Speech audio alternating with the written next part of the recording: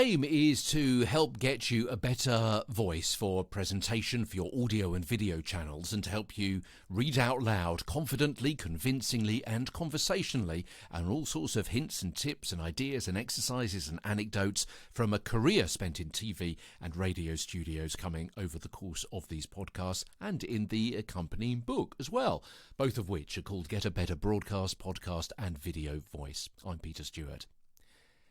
Breath control, because that's what we're talking about, will give the ability to breathe less often and less noticeably, so you can time your breaths to coincide with the natural breaks in your speech. Doing good breathing helps you add meaning to your reading, and that will make it easier for the viewer or listener to understand your message without being distracted by breaths in the wrong place and phrases out of phase.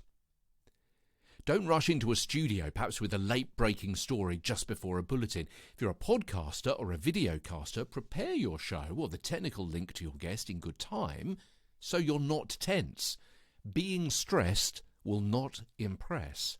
So be cool, calm, collected, rather than hot, bothered, and tense. Act like a scout. Be prepared. Get to the studio in time. Relax. Take a couple of deep breaths.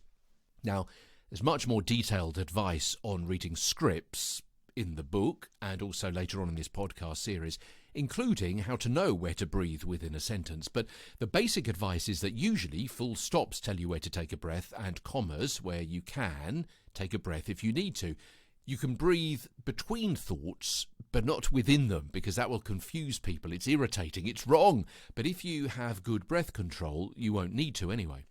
Use audio clips that maybe you're playing as part of a news bulletin, for example, if you're on air in a journalist situation, as a chance to take a couple more deep breaths if you feel nervous and help calm you down. Take the opportunity to breathe just before a piece of audio or video ends and before you open up the microphone for the next story. It sounds bad on air to have a new story starting with you taking a big sucky intake. And that's a good point.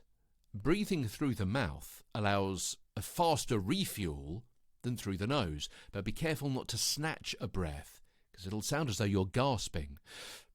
Confidence, breath control, and only the necessary speed and projection required for the script will all help in letting the air drop into your lungs rather than you sucking it in. I'm Peter Stewart.